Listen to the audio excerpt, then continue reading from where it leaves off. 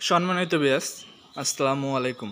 দেশ ও দেশের বাইরে থেকে যে যেখান থেকে বসে আজকের আমার এই ভিডিওগুলো দেখছেন, তো আমি একজন খামারি, সবল খামারি না, ব্যর্থ খামারি।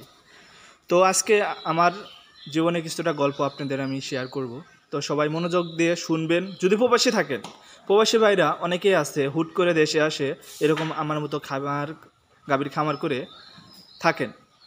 তো তাদেরকে বলবো, ভাই গাভীর খামার থেকে বিরত থাকুন, কারণ গাভীতে কোনো লাভ নেই। যখন আপনি গাভীর দুধ বিক্রি করতে যাবেন, 40 টাকা 30 টাকা লিটার দুধ আপনাকে বিক্রি করতে হবে।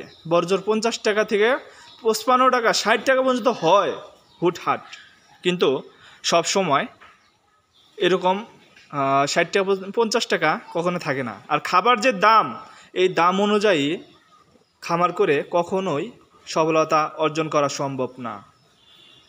গাভীর দুধের টাকা দিয়ে যদি খাবারেই না কেনা যায়, তাহলে খামার করে কীভাবে বসবে?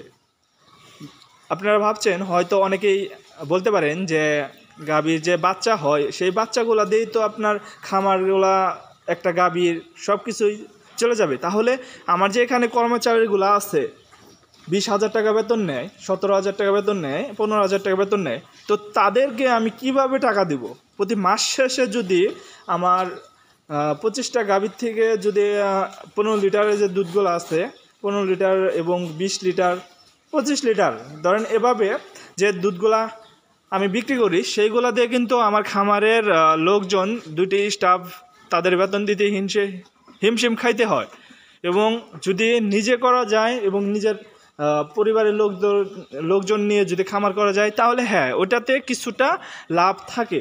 তারপরে একটা গাভী অসুস্থ হলে কিন্তু অনেক টাকাই লাগে। তো এর জন্যই বলবো, যারা হুটহাট খামার করবেন, তাহলে কিন্তু ধরা খেয়ে যাবেন। তো আমার কথায় কেউ কষ্ট পাবেন না বা ভুল বুঝবেন না। তো আমি কি আরও ক্ষতি চাই না। যারা প্রবাসী আছেন, তাদের কখনো আমি কোনো ক্ষতির কথা চিন্তাও করি না, এবং কি আমিও প্রবাসী ছিলাম, যে কারণে আমি আপনাদের কথাগুলা শেয়ার করলাম। তো যদি খামার করতে চান, তাহলে সার করতে পারেন, সেটা আপনার উপর নির্ভর করবে, যদি আপনার অভিজ্ঞতা থাকে। তাছাড়া গাভীর খামার করে কোনো লাভ নাই, আর দরকারও নাই আমি মনে করব। এইগুলা করে অযথায় আপনার কিছু টাকা নষ্ট হবে এবং আপনার অনেক ক্ষতিগ্রস্ত হবেন। প্রবাস থেকে অনেক কষ্ট করে কিন্তু 20-30 লাখ 1 কোটি টাকা আপনি নিয়ে আসবেন, এইরকম খামার করে আপনি কিন্তু ধরা খেয়ে যাবেন। তো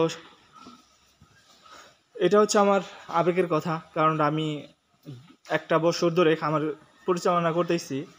এখন দেখি এগুলা করে কোনো লাভ হচ্ছে না, অনেক অশান্তি। তো আমি এগুলা ছেড়ে দেব।